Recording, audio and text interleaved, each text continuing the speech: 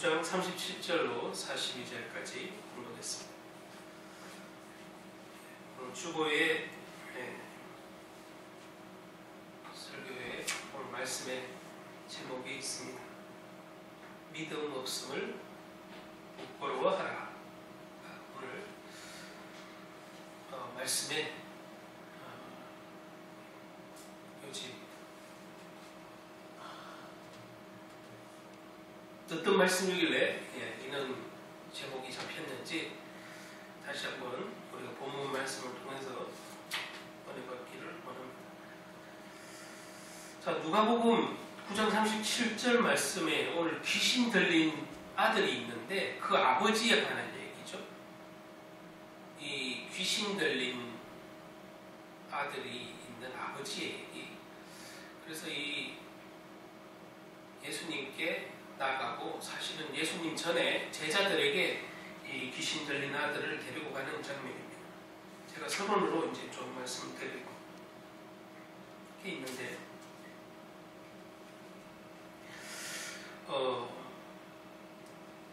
영화 보면 2016년인가 영화 동주라는 영화가 있어요. 동주라는 영화가 그냥 동주 그러면 그냥 지금 무슨 뜻일까? 이랬는데 이 동주는 시인 윤동주를 얘기하는 거예요. 윤동주의 자서전 같은 이제 그런 영화예요. 그 영화에 보면 그 영화가 이전에 사실 이제 출판사에서 이렇게 책이 먼저 나왔죠. 그게 이제 영화화된 거죠. 그 이제 출판사에서 책이 나왔는데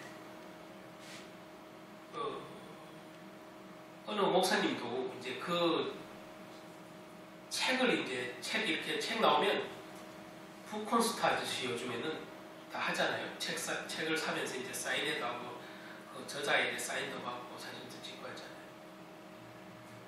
어느 목사님이 거기 가서 되게 은혜를 받고 오셨다 그래요. 은혜를 받고 왔는데 이 시인 윤동주에 관한 이제 어린 시절부터 그리고 그 시절이 이제 또 일제강점기잖아요. 윤동주 시인이 살아있을 때 이제 일제강점기잖아요. 그래서 그 시절에 윤동주 시인이 어떻게 시인이 됐고 이제 이 사람이 그 과정에서 어떤 이제 말 그대로 고난과 역경이 있었나 이제 그런 것들 이제 다루는 영화인데 저도 이제 궁금해서 이제 그 목사님이 얘기한 게 있어서 나도 이렇게 문득 설교를 준비하다가 생각이 나서 사실 내가 그때는 못 봤거든요. 그래서 제가 이제 그 하이라이트 있는 부분을 이제 찾아서 좀 봤는데 기억에 이렇게 진짜 남을 만한 그 목사님 설명대로 기억에 남을 만한 두 장면이 나와. 두 장면이 나오는데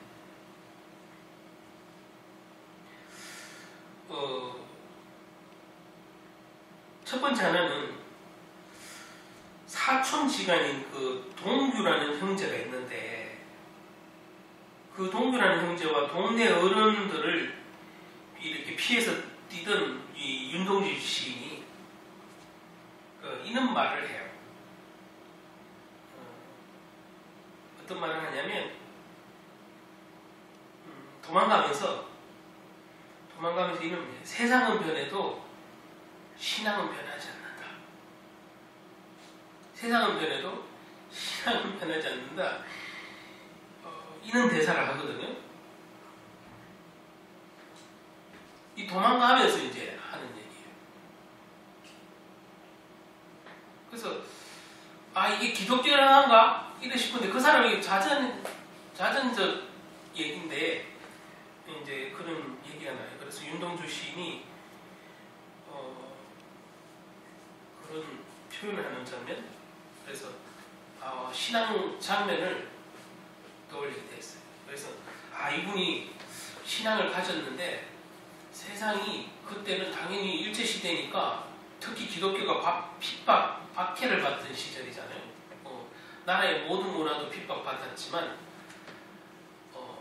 그렇잖아요.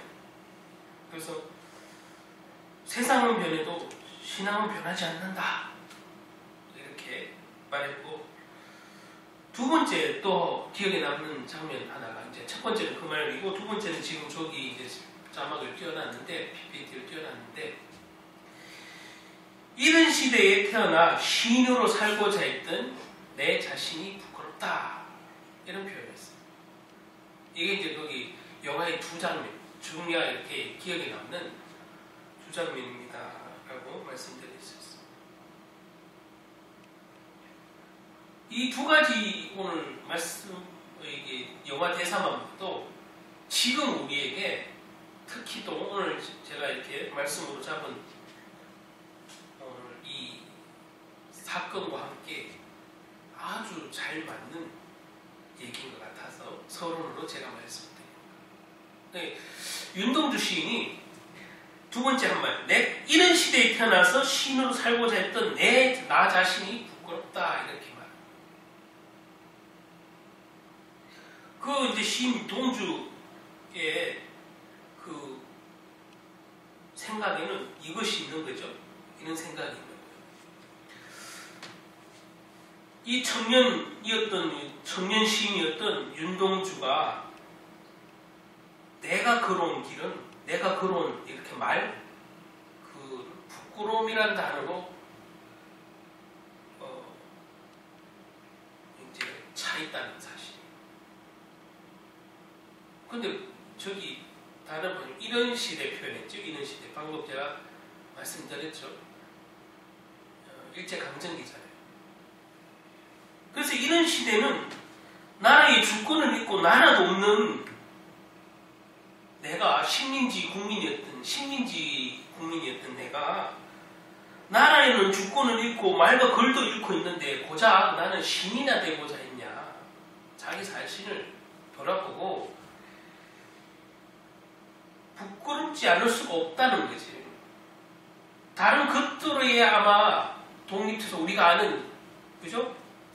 그 윤봉길 의사 같은 뭐 도산 안창호 선생님 사실 다 젊은 나이잖아요. 20대, 뭐 30대 갓 초반. 전부 이렇게 젊은 나이에 나라를 위해서 정말 뭐 폭탄,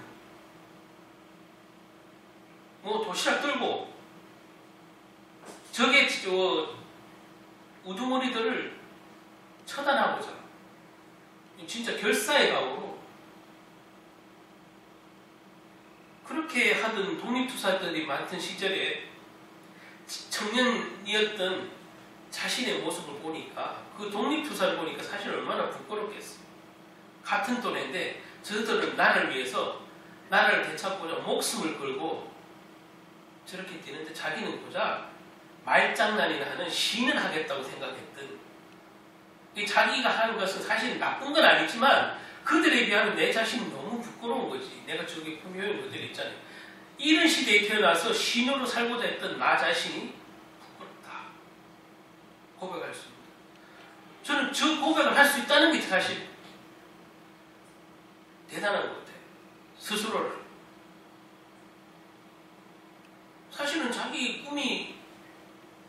꿈이었고 인생의 최고의 목표였던 그 시인이 있는데 그거를 지금 저는 이런 시대에 태어나서 내가 생각해보니 내 자신이 부끄럽다.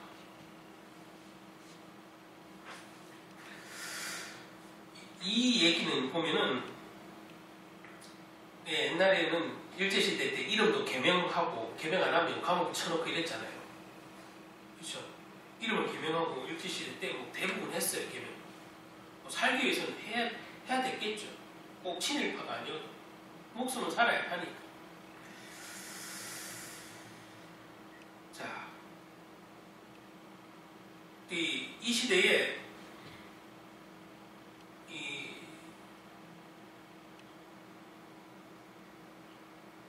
이 말을 왜 하게 됐냐면 다들 이제 독립운동하고 이러잖아요. 이러는데 이제 이때 한참 일제 군인들이 일제시대의 군인들이 생체 실험을 할 때인데 마루타 알죠? 마루타. 마루타 영화도 있지. 마루타 사람을 생체 실험을 막 하고 뭐 강제로 잡아가고 생체 실험을 하잖아. 그 잔인한 행동을 하고 막 사람이 목숨을 당연히 막 개만도 못한 목숨 취급받던 시절 아니겠어요? 이는 미치광이 같은 일을 하는 일제치하에서 지금 윤동주가 있는 시대는 그런 시대란 말이에요. 나라가 없을 뿐 아니라 모든 게 미치광이처럼 하던 일제가 이 조선을, 대한민국을 침략을 해서 그렇게 미치광이처럼 지배하던 시절 아니겠어요?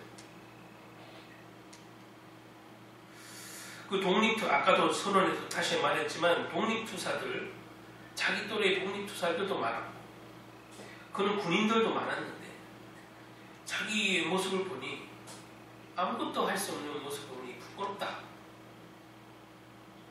그런 생각을 했어요.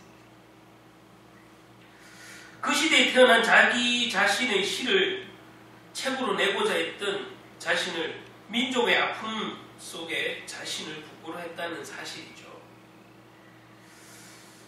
결국 한 청년은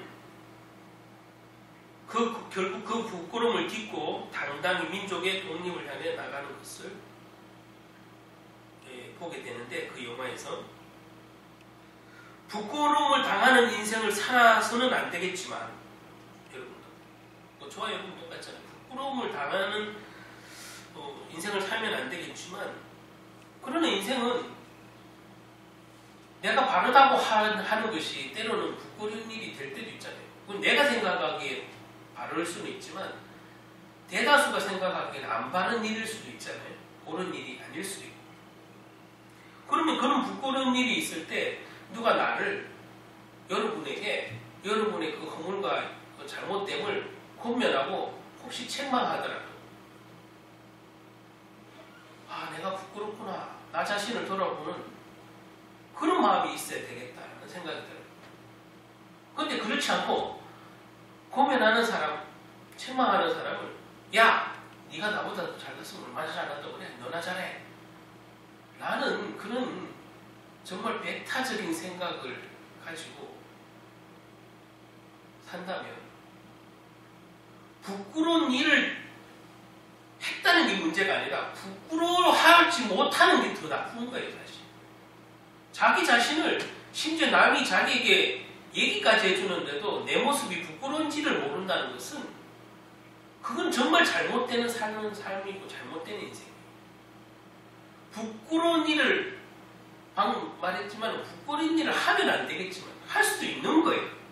그런데 부끄러운 일을 했다는 것을 돌이킬 수 있고 그 부끄럽다는 것을 깨달을 수 있다는 것은, 그게 진짜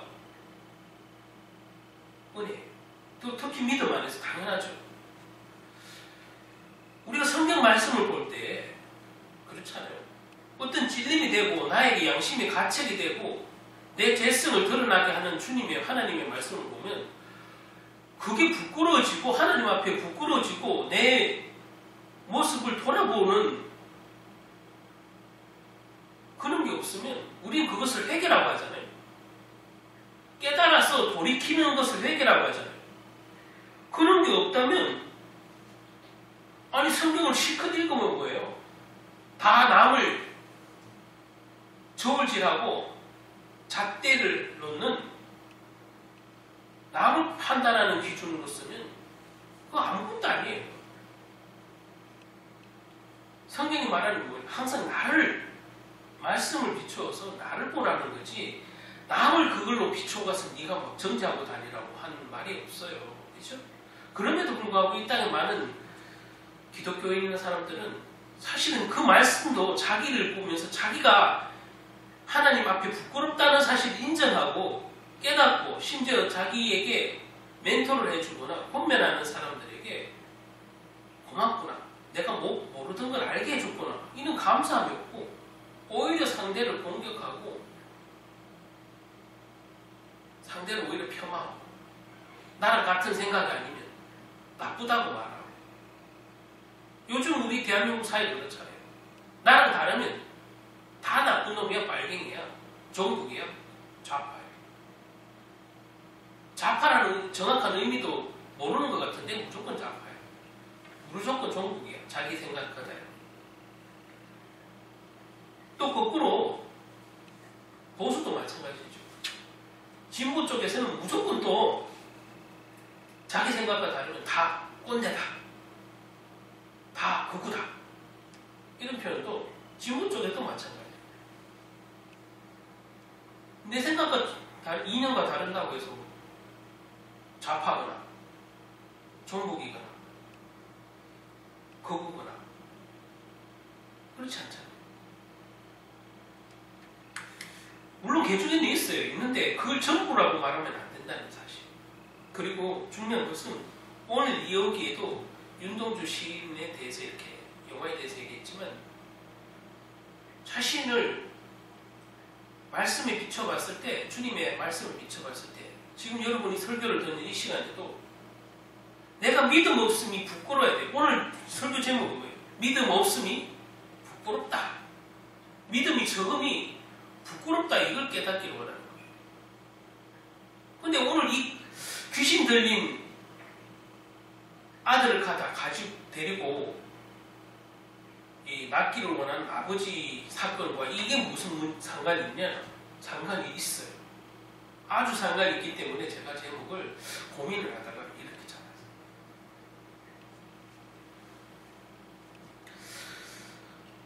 제가 서론을 좀 길게 했지만, 영화 얘기를 길게 했지만, 우리의 신앙도 마찬가지죠. 우리가 그리스도인으로 좀 더 깊이 있는 신앙을 가지고 성숙해지려면 꼭 필요한 것이 주님 앞에, 하나님 말씀 앞에 내가 부끄러운 줄 알아야 된다는 사실.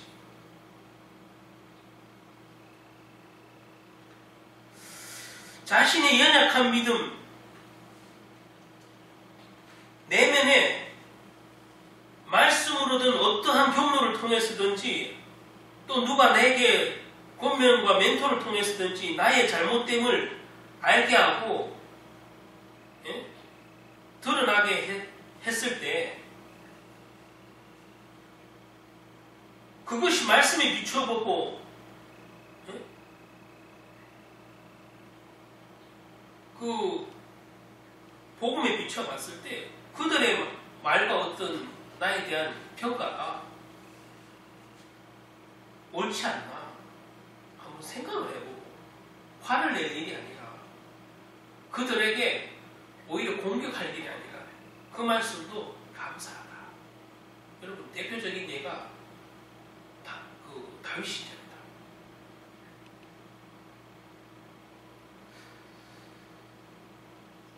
자신을 배반하던 심의 같은 사람의 얘기도 이 다윗이 성정성정 신앙이 점점 다윗도 뭐 처음부터 믿음이 엄청 우리는 좋았는 것 같지만 다윗도 그러면서 자꾸 하나님 말씀 앞에 자기를 모습을 보면서 뭐예요? 다윗도 시편 말씀이 대부분 뭐예요? 어떤 다윗이 실수를 했을 때 하나님 앞에 부끄러워할 줄 알았다는 사실이에요. 그것이 진짜 회개예요. 우리가 다윗을 보면서 정말 배워야 될 신앙의 본질은 하나님 말씀 앞에서 자신이 믿음 없음이 부족함이 부끄러웠다는 사실을 고백하는 거예요. 그것을 우리는 회개라고 불러요. 여러분 진정한 의미의 회개는 하나님이 나에게 저주와 재앙을 아니면 고난을 줄까봐 두려워서 할 수 없이 복종하는 게 아니에요. 할 수 없이 복종하는 게 아니에요. 성경에 축복받는 사람들은 할 수 없이 복종하는 게 아니라 때로는 주님의 뜻을 다 이해 못해도 주님 말씀이니까 하는 것. 그것이 순종이고 또 순종하는 복과 함께 여러분 깨달았을 때 복을 받게 되는데 그 깨달음이 대부분 뭐예요? 내가 믿음 없고 내가 이번에 실수한 것이 믿음이 부족하다는 것. 그것을 주님 앞에 부끄러워했다는 사실이 그때 진정한 회개고 그것을 보고 주님이 다시 그를 일으키 세우시고 그에게 축복을 주시는 것을 보게 되잖아요. 그래서 진정한 회개는 사실 우리나라 특별히 잘못된 거는 회개라 그러면 무조건 울어야 돼요. 여러분 물론 울 수 있어요. 사람은 감정이 있으니까 울 수 있죠. 근데 우는 것만이 해결하면 여러분 하루 종일 365일 회개하기 전에 울어야 돼요. 여러분 회개라는 것은 꼭 울음을 통해서가 아니라 믿음 없음을 부끄러워하는 나의 내면을, 나의 영적 상태를 살피는 게 진짜 회개라는 사실이에요. 눈물만 펑펑 쏟는다고 회개는. 여러분 실컷 눈물 펑펑 쏟아놓고 돌아서 나갈 때는 온갖 불신앙으로 되는 소리 하는 모습 사실 많이 보게 되잖아요. 눈물 펑펑 쏟을 때는 뭐고, 일어서서 예배당 나가거나 기도를 나갔을 때는 전혀 믿음 없는 얘기하고 전혀 은혜 안 되는 얘기만 하잖아요. 회개가 그런 식으로 단회적이라면 그런 얘기는 백날 해도 정말 변화가 없어요. 치유가 아니에요. 여기서 말하는 진짜 회개예요. 여러분이 제가 방금도 말한 다윗을 보면 자신의 허물이 드러나고 누가 자기를 비난했을 때도 그걸 감사함으로 받아들일 수 있고, 그것 또한 하나님의 은혜라고 생각을 하고, 그것 또한 내가 새롭게 갱신하는 기회로 삼겠다는 다윗의 마음이, 자세가 그렇게 된다는 사실. 믿음 없음이 부끄러워. 그게 부끄러운 게 아니야. 새로 주님이 나를 일으켜 세우실 시간표이기 때문에 오히려 감사할 수 있어요. 주님, 우리 하나님의 어떤 숨은 계획, 하나님 우리가 알지 못하는 계획이라고 할 때 보여지는 눈에 선명한 어떤 계획도 있겠지만 때로는 잘 알지 못하는 계획도 있는데, 그 중에 하나가 사실은 나의 허물을 통해서 알게 하시는 것, 그게 나 하나님 숨은 계획 아니겠어요? 숨은 뜻이 있겠죠. 나를 연단하시고 때로는 나에게 고난을 허락하시는 그 연단의 뒷면에 하나님의 숨은 뜻, 계획이 있지 않겠어요? 그것을 우리는 갱신이라고 하죠. 거듭남이에요.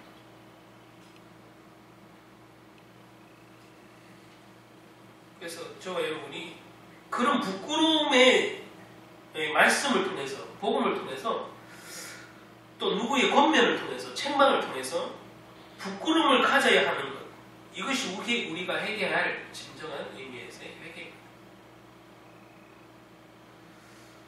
방금 서론에서 다시 한번 말했지만, 하나님이 두려워서 재앙을 줄까봐, 고난을 줄까봐 두려워서 하는 것은 그건 회개된 것도 아니에요.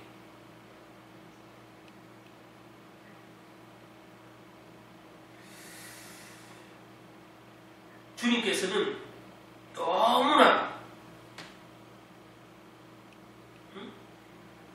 죄송한 부끄러움이 일어날 때 우리 안에서 그런 죄송함, 주님 앞에 너무 죄송하다, 내가 믿음 없으니 너무 죄송하다, 내가 오늘 이번에 이런 일이 일어났는데 너무 죄송하다, 내가 내 생각대로 했구나, 아니면 내 뜻대로 했구나, 내 고집대로 했구나, 그런 생각을 들게 되고, 그것을 부끄러워할 때, 야, 너 하는 짓이 그렇지, 주님이 그렇게 꾸짖겠냐고. 성경에도 있잖아요. 꾸짖지도 아니하시고 후히 주신 하나님께 구하라고 했잖아요. 여러분이 하나님 앞에, 주님 앞에, 예수님 앞에 부끄럽습니다, 내가 이번 일이 주님 믿음 적음이 부끄럽습니다, 이렇게 고백할 때 그것을 오히려 주님이 기뻐하신다는 사실. 잘할 수 있습니다, 무조건 축복 주십시오, 그게 믿음 아니에요. 회개가 아니에요. 이는 부끄러움이 있을 때 주님이 나를 일으켜 세우시는 게 진정한 힘이에요. 그게 능력이에요. 내가 내 스스로 일어나는 것을 힘이라고 말한다면, 여러분은 예수를 안 믿어도 되고 하나님 안 믿어도 돼요. 내 스스로 일어날 수 있고 내 스스로 다 할 수 있으면 뭐 하려고 주님 능력을 의지하라고 그러고 주님 힘을 믿으라고 그러겠어요. 여러분, 이 시대의 많은 설교사들이나 이 메시지를 들어보면 알게 모르게 되게 정말로 인본주의적인 설교와 메시지가 너무 많아요. 그 중에 하나가 너는 할 수 있다. 아니, 주님 안에서 할 수 있는 것은 할 수 있는 거지만 너는 할 수 있다는, 그럼 세상 얘기라고 똑같잖아요. 너는 할 수 있어. 뭘 할 수 있다는 거예요 도대체? 하는 게 끝이 없습니까? 무한합니까? 언제까지는 변함없이 할 수 있습니까? 다 가능합니까? 아니잖아요. 믿는 자들 안에서도 심지어 설교자들 입속에서도 누가 낙심하면 무슨 날 할 수 있어 그냥. 아무 밑도 끝도 없이 그냥 넌 할 수 있어. 뭘 어쩌라고. 밑도 끝도 없어 지금 정말로. 믿음이 있어야 능력이 있어요. 여러분. 믿음이 없이는 이것이 나갈 수 없다고 했어요. 왜? 제가 대표적으로 얘기할게요. 주님이 제가 오늘 읽은 본문을 이제 들여다볼 텐데 주님이 그 장면에서 이렇게 말씀하시는 장면이 나와요.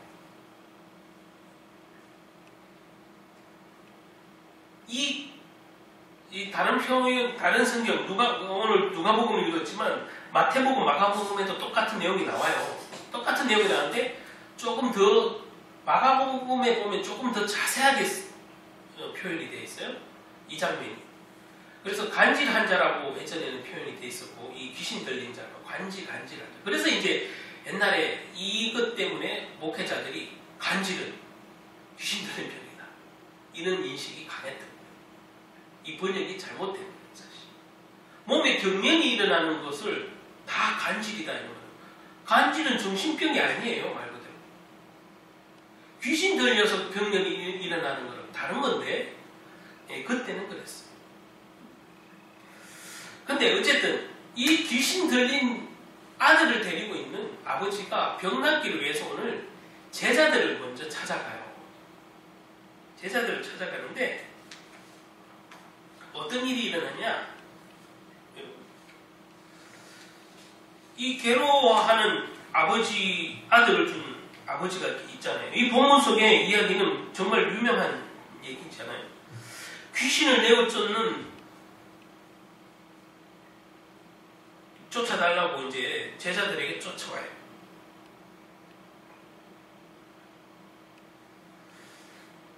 이 제자들이 사실은 병을 고치지 못했어요. 다시 읽어볼겠지만 제자들이 병을 고치지 못하였어요. 여러분 제자들이 누굽니까? 근데 예수님을 따라다니던 자들 아니겠어요? 예수님의 가르침을 받고 그리고 예수님의 숱한 병치유 사역도 받고 자기들도 기도했을 거 아니에요. 나름대로. 근데 이 제자들이 지금 이 귀신 들린 아들을 못 고쳐요. 그러니까 이 아버지가 실망을 했겠죠. 예수님이 제자들도 왜 못 고치지? 실망을 했겠죠. 처음에는 고칠 수 있을 거라고 대답받았겠죠. 근데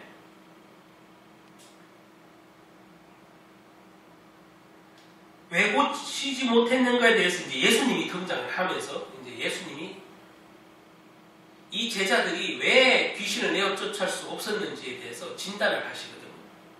이 두 가지로 크게 두 가지로 진단을 하던데 제가 이제 마태복음, 마가복음, 누가복음 이 세 장에 다 이 사건이 있기 때문에 세 가지 다를 읽어봤어요. 표현이 조금씩 다르고 디테일이 다르기 때문에 그래서 다 읽어봤어요. 다 읽어봤더니 예수님이 진짜는 마가복음에서는 두 가지로 되어 있어요. 뭐냐면 첫 번째는 마가복음 9장 14절, 29절 그 사이에 있는 사건인데 예수님이 이따가 찾아보도록 할게요.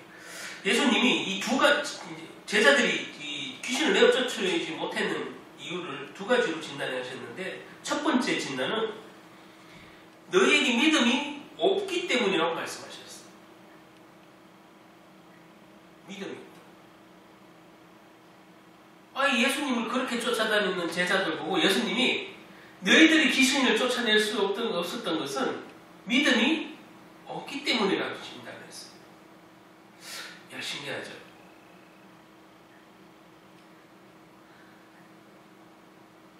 아까도 말했지만 제자들이 누군데 그래도 일반인들이 아니잖아요.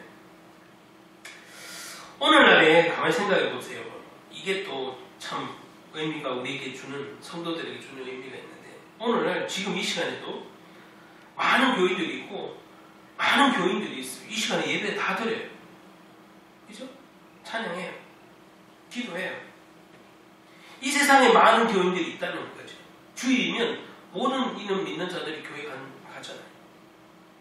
근데 그것이 믿음과 비례하지 않는다는 사실을 말해줘요. 믿음과 비례하지 않는다. 여러분 예배당 가고 예배당 안에서 기도하고 찬양하고 예배 드리는 것 똑같이 하는 거예요. 똑같이 수많은 사람들이 해도 그것이 그 행위 자체가 여러분 믿음과 비례하는 건 아니에요. 그러면 믿음과 비례한다면 예수님의 제자들은 얼마든지 그 불신자들과 믿지 않는 자들과 아니면 바리새인들 종교 지도자들과 차이점이 있기 때문에 예수님의 제자들도 얼마든지 예수님의 사역을 능히 행할 수 있었어야 되잖아요. 그런데 오늘 이 귀신 들린 자는 못 내어쫓아요. 이 아들을. 이것은 오늘 예수님이 첫 번째 진단한 것처럼 믿음이 없다고 말했는데 이 믿음 안에서 일어나는 능력, 이 능력 있죠? 이 오늘 나오면 이 치유라는 은사가 있을 수 있는데 이 능력, 구원도, 능력도, 은사도 주 예수를 믿는 것에서 얻어지는 것이기 때문에 정말 나는 어떤 믿음을 갖고 있는지, 정말 주님을 바로 알고 있는 것인지, 이 능력에 대해서 바로 알고 있는 것인지 이게 중요해요. 이 돌이켜봐야 된다.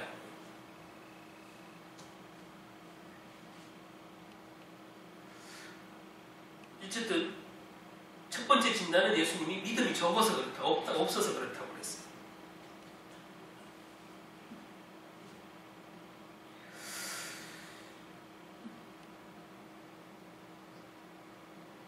두 번째는 패역한 시대라고 표현하셨어요. 이 패역한 시대라고 표현했어요.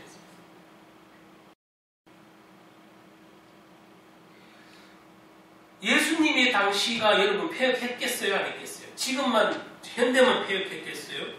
예수님 당시에도 패역한 거예요. 바리새인들 서기관들이 사실 패역한 거예요.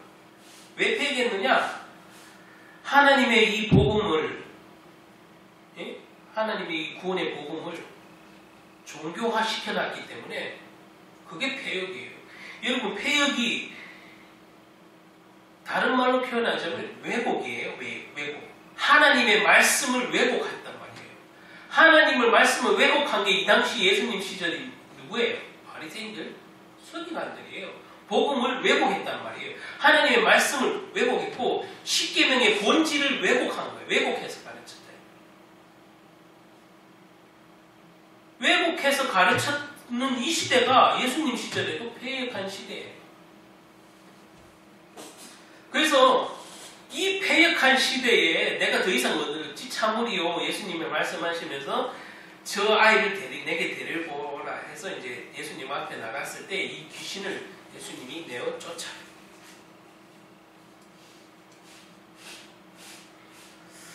예수님이 제자들 보고 말씀하는 진단의 이 두 가지, 크게 두 가지예요. 크게 두 가지. 마가복음에 나오는 크게 두 가지. 오늘 누가복음을 읽었지만 마가복음은 조금 상세하게 있기 때문에 그렇게 있습니다. 근데 제가 조금 읽다 보니까 이 아버지 말이 믿음 없는 게 덜 통했다는 거예요. 제가 그래서 오늘 제목을 저렇게 굳이 잡은 거예요. 이 아버지가 처음에는 희망을 가지고 제자들한테 찾아갔을 거 아니에요. 그러니까 제자들이 어쨌든 귀신을 못 쫓아냈어. 그러면 실망이 팍 들죠. 그러면 낫겠다는 믿음이 떨어지겠어요? 안 떨어지겠어요? 상식적으로. 제자들도 먹고 드셨으니까 아유. 그러면서 낙심이 딱 되겠죠. 절망이 되겠죠. 이미 한번 약간 절망을 겪은 이 아버지의 믿음은 처음에는 예수님이 제자들한테 보이기만 해도 낫겠다고 갔는데 제자들이 못 고쳤잖아요. 그러면 이제 남는 것은 주님인데, 예수님인데, 예수님은 그 당시, 그 시간이 없었던 거예요. 그러니까, 근데 이제 예수님이 나타나셨어. 근데 예수님 앞에 다가가서 이 아버지가 한 말이 참 믿음 없음이 표가 나요. 뭐라고 말했냐면, 예수님이 나타나자 황급히 뛰어가서 자기 아들을 살려달라고 이제 애원하면서 이 애원을 하는 거 맞는데 믿음이 이미 많이 약해져 있어. 제가 말했죠. 이미 제자들이 못 고쳤기 때문에 믿음이 많이 약해져 있는지라 예수님께 이렇게 말해요. 예수님, 당신이 무엇을 하실 수 있다면 이라고 표현을 해요. 당신이 무엇을 하실 수 있다면. 지금 여기서 그의 아버지의 말을 듣고 예수님께서는 이렇게 말씀하셔요. 할 수 있거든이 무슨 말이냐? 할 수 있거든이 무슨 말이냐? 자, 아버지가 방금 말했듯이요. 예수님, 당신이 무엇을 하실 수 있으시다면 이 말을 했는데, 아니 너는 도대체 나한테 할 수 있거든이 무슨 말이냐 하고 되물으신 거예요. 이게 중요해요. 예수님이 누구십니까?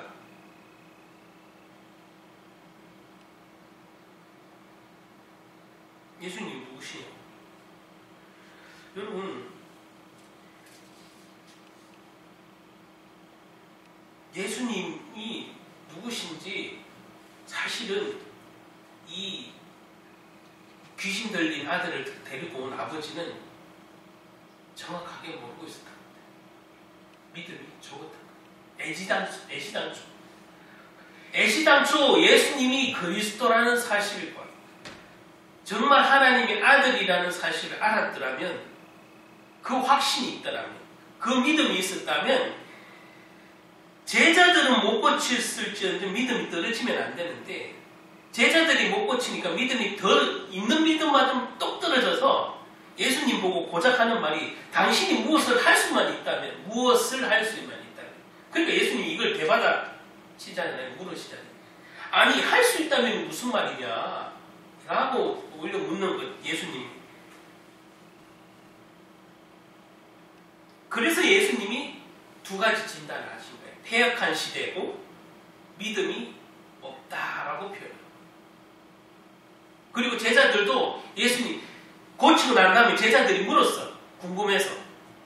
제자들이 궁금해서 예수님께 물었어요. 아니 예수님, 우리가 저 아들을, 귀신 들린 아들을 고치지 못한 이유가 뭡니까? 물어보니까 예수님이 믿음이 없고 패역한 시대라고 말했다는 사실이에요.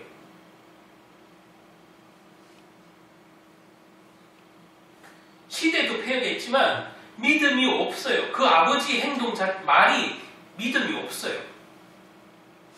예수님을 그리스도로 아는 믿음이 없다고요, 사실. 아들 병 낫기를 위해서 쫓아온 그냥 부성이 강한 아버지에 불과한 거예요, 여러분. 예수님 보고 할 수만, 무엇이라도 할 수만 있다면, 아니 이 표현은 정말 예수 그리스도를 모르는 거예요.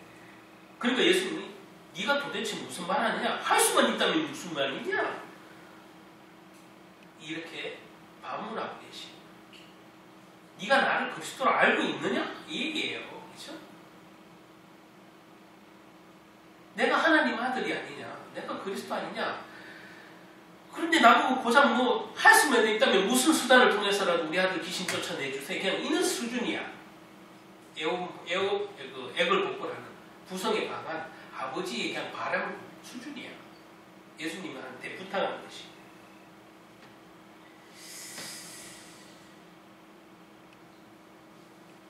그런데 이 아버지는 그때 또 기적적으로 회개하는 말을 딱 해요. 여기 오늘 누가복음에는 이 내용이 없어요. 없는데 마태복음, 마가복음을 읽어보니 아버지는 정확하게 자기의 모습을 깨달아요. 믿음 없는 말을 했다는 것을 깨달아요.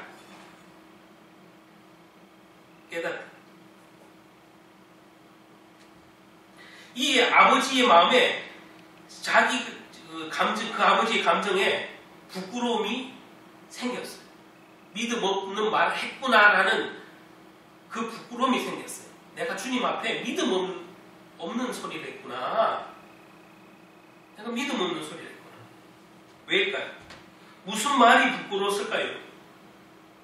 방금도 말했듯이 당신이 할 수만 있다면 그 말이 문제였던 거예요. 당신이 할 수만 있다면. 예수님이 그리스도임을 확실하게 믿었다면 그런 표현을 하지 않았을 거예요. 예수님이 병치유 사역이 그저 그 이스라엘 백성이 대부분 부러워하던 엘리사와 같은 그런 능력의 선지자쯤으로 생각했을지도 몰라요. 그렇죠? 그래서 사람들이 나를 누구로 하느냐 예수님 물어본 적이 있잖아요. 그러니까 사람들이 뭐라 그래요? 예수님 그 능한 능력을 보고 당신은 엘리야라고 합니다. 라고 말했던 기억이 있죠. 이 아버지도 아마 예수님은 그런 선지자 중에 하나쯤으로 생각했을지 모르겠어요. 하는 말이 행동이, 믿음이 적고 그리스도를 바로 알지 못했다는 사실. 그분이 하나님의 아들이라는 사실을 믿었더라면 무엇을 할 수 있으시면 해달라는 표현은 안 했을 거라는 사실이에요.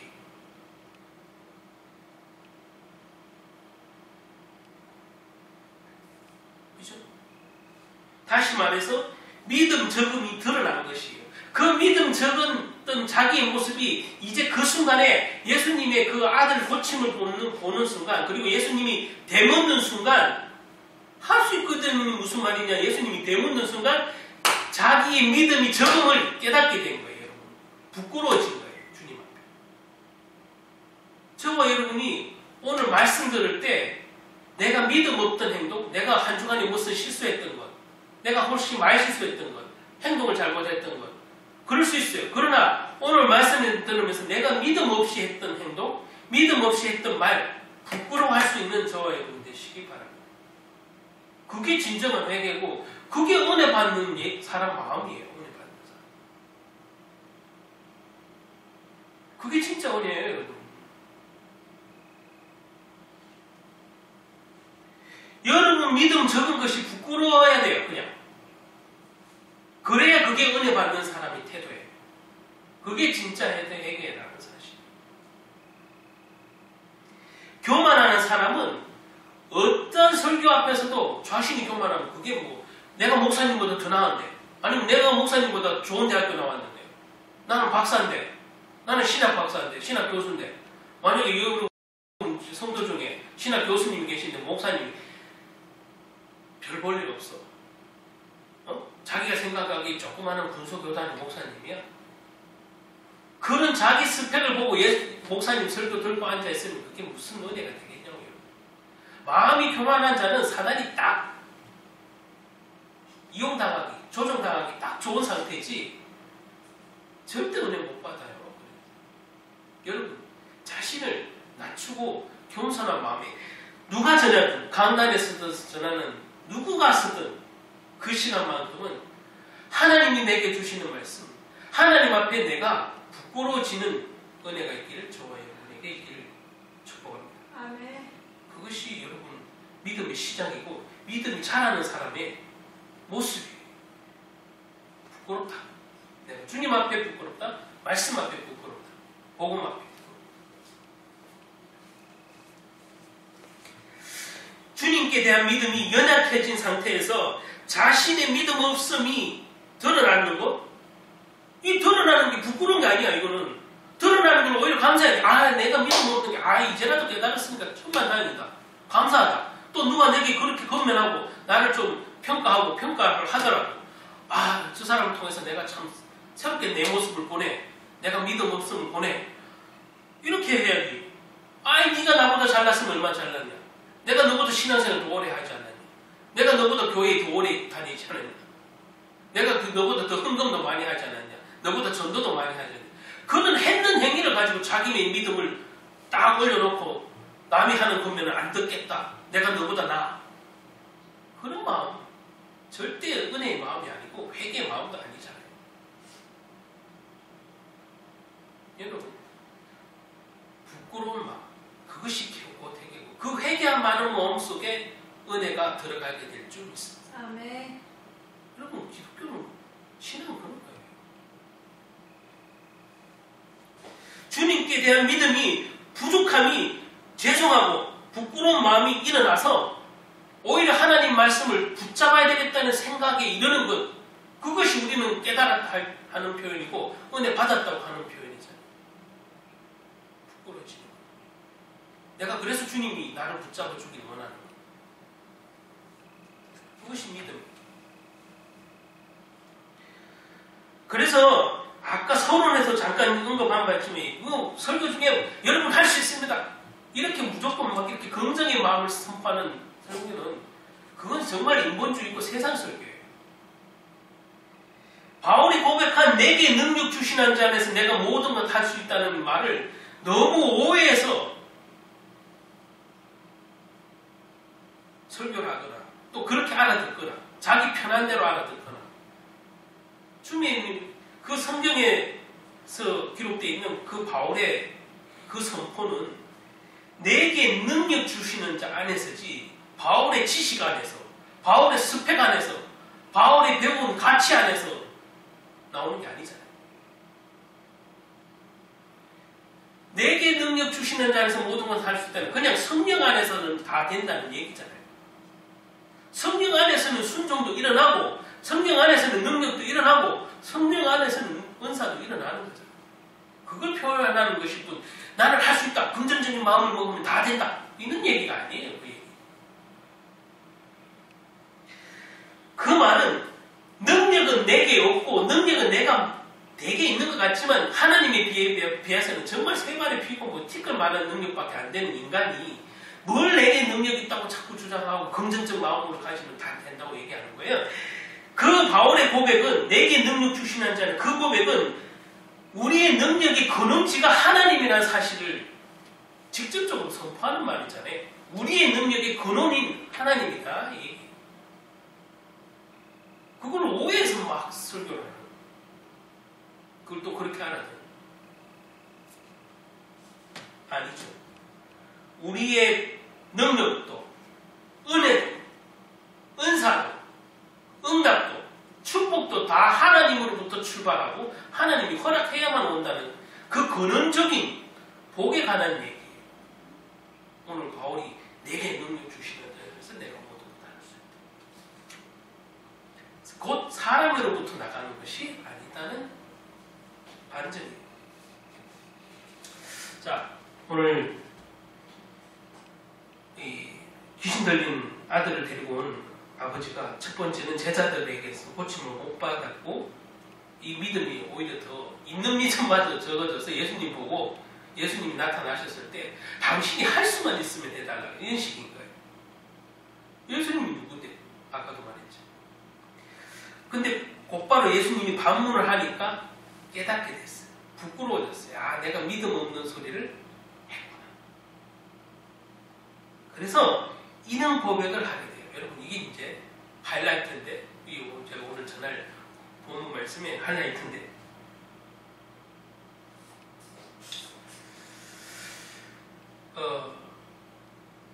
믿음 없음을 도와달라고 예수님께 구해요. 이 아버지가. 한번 찾아보고 넘어갈게요. 오늘 말씀이 보면은 마가복음에는 9장 14절로 29절까지 있거든요. 9장 14절로 29절까지 있는데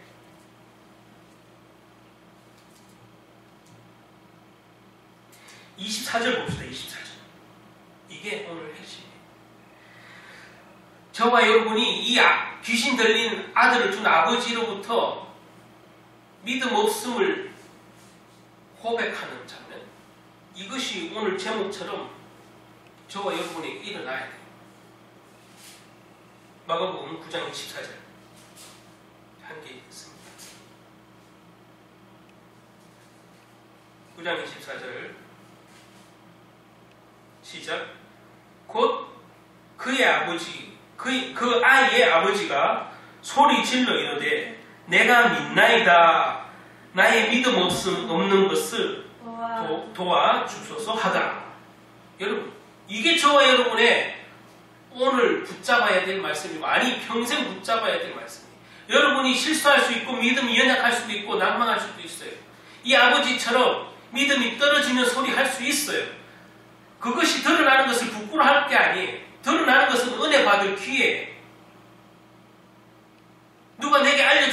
은혜 받을 기회예요. 그러나 진짜 우리가 부끄러워해야 되는 것은 내 믿음 없다는 것을 깨닫는 그런 부끄러움이 필요한 거예요. 그래서 이 아버지처럼 저와 여러분이 한 주간에도 주님의 말씀을 보고 또한 내가 이런저런 일을 겪을 때 내가 믿음 없이 한 행동들, 믿음 없이 말한 것들, 그걸 말씀에 비춰보고 기도할 때, 메시지 들을 때 주님 저의 믿음 없음을 도와주옵소서 이렇게 기도하시는 게 가장 여러분 좋은 기도예요. 그게 해야 될 일이에요. 그게 진짜 회개예요. 나의 믿음 없음을 도와주옵소서. 믿음 없는 게 나쁜 게 아니에요. 믿음 없을 수 있어요. 사람에 따라 또 천차만별이에요. 신앙생활이 기간에 비례하는 것도 아니에요. 아까도 말했듯이. 그러니까 우리는 항상 겸손해야 되고 주님 말씀 앞에 내가 믿음 없음이 부끄러워지고 그것이 드러나 말씀을 통해서 드러나서 내가 믿음 없이 한 행동들, 다른 사람에게 한 것들, 그것을 깨달아야 갱신이 될 거 아니에요. 갱신이. 뭘 깨닫는 게 있어야 갱신이 되지. 노력이라도 하지.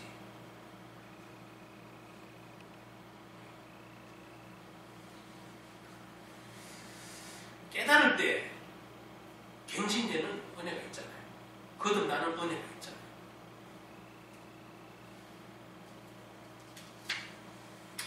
그래서 본문 말씀은 그렇습니다. 그래서 저와 여러분이 오늘 이 아버지의 깨달음이 저와 여러분의 있기를, 또 한 주 동안에도 어떤 사건 문제 만났을 때 내가 말씀을 먼저 생각하고 말씀을 먼저 보고 메시지를 보고 내가 믿음 없음을 하나님 앞에 부끄러워하는, 또 그것을 주님께 내어놓는, 부탁하는, 강구하는 그런 성숙한 신앙인들이 되시길 예수님으로 축복합니다. 아멘. 오늘 본문 말씀을 들으실 때 사랑하는 성도 여러분 안에서 부끄러움이 일어나야 한다는 사실과 믿음이 적음을 부끄러워야 한다는 사실을 기억하시고, 또 복음을 편협하게 나 중심으로 신앙생활을 하고 또 율법을 지켰다는, 아니면 또 믿음이 있다고 스스로 교만한 그런 자기의 모습이 있는 건 아닌지 말씀을 통해서, 메시지를 통해서 발견하고 부끄러워해야 하는, 겸손해야 하는 저와 여러분이 되어야 합니다. 그것이 우리 안에 패역한 모습이 안 드러나는 거죠. 패역한 말은 하나님이 말하고자 하는 뜻과 계획을 왜곡한 것을 패역이라고 그러는데, 내 자기 중심적인 어떤 신앙생활을 한다? 그것도 패역이에요.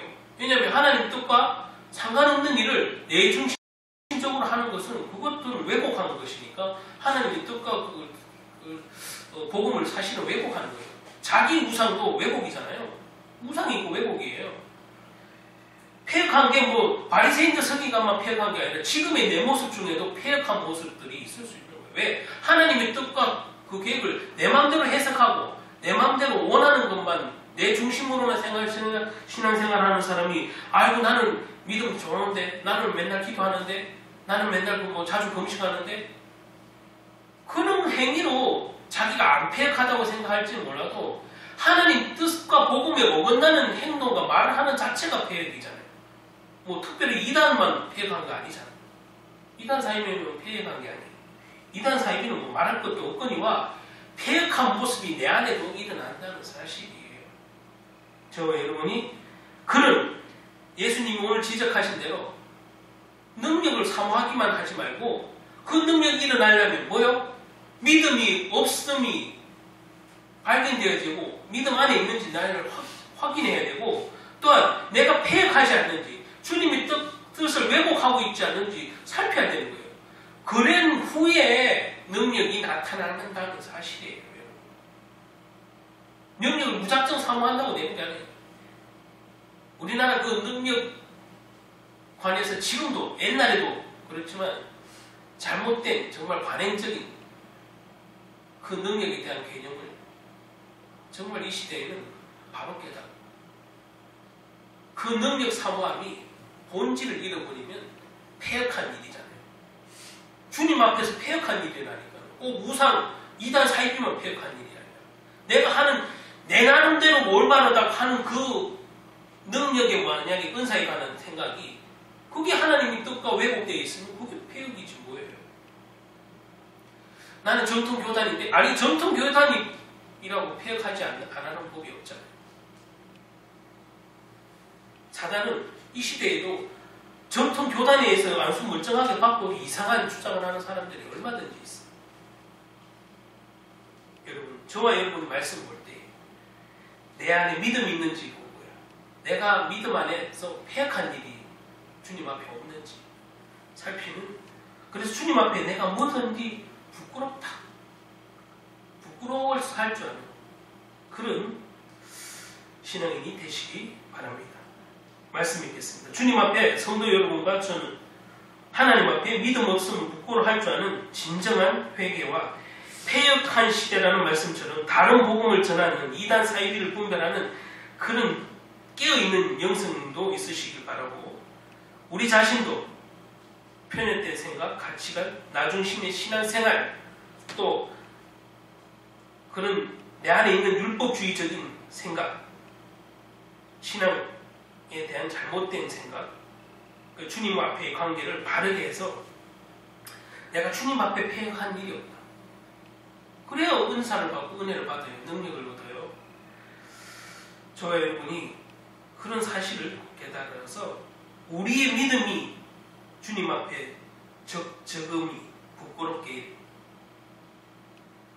드러나고, 또 부끄럽지만 오늘 말씀의 본문처럼 제가 마지막에 강조한 것처럼 오늘 이 아버지의 이 깨달음처럼 내가 믿음 없음을 도와달라고 주님께 고백할 수 있는, 주님 저의 믿음을 도와주세요.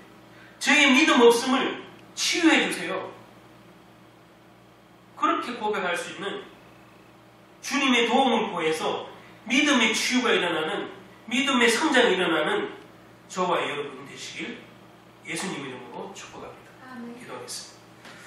하나님 감사합니다. 오늘 귀한 말씀 감사합니다. 우리가 주님의 말씀을 볼 때 항상 겸손한 마음으로 보게 하시고 내 자신을 먼저 살피게 하시고 내가 믿음이 있는지 확정하라고 했는데 정말 내가 믿음 안에 있는지, 또 주님의 말씀을 안다고 하면서 그 교만 안에서 내 신앙의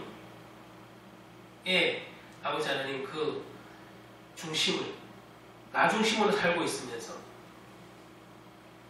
나는 잘하고 있다고 교만의 자리에 오르진 않았는지, 오만의 자리에 오르진 않았는지 말씀을 통해서 깨닫게 하시고, 그는 오만과 교만은 주님 앞에 패역한 일이라는 것은, 주님의 복음, 주님의 말씀의 본질, 성경이 말하고자 하는 본질을 왜곡하는 것은 다 패역한 일인데 내 안에 그 패역한 일이 일어나는 일이 없는지 돌아보게 하시고, 남을 가리키는 그 손가락으로 나를 돌아보라 하시는 주님의 말씀처럼 성경 말씀이 나를 보게 하고 나를 주님 앞에 믿음 없음을 드러나게 하는, 부끄러움을 아는 신앙으로서 성장하게 하여 주시옵소서.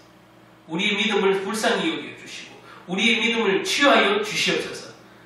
한 주간에도 주님의 은혜 가운데 우리의 부족함이 은혜 받을 만한 시간표인 줄 깨닫고 믿음으로 주님께 더욱 나아가는, 말씀 굳게 잡는 한 주간도 승리하는 하나님의 백성들 되게 도와주시옵소서. 예수 그리스도의 이름으로 기도드립니다. 아멘.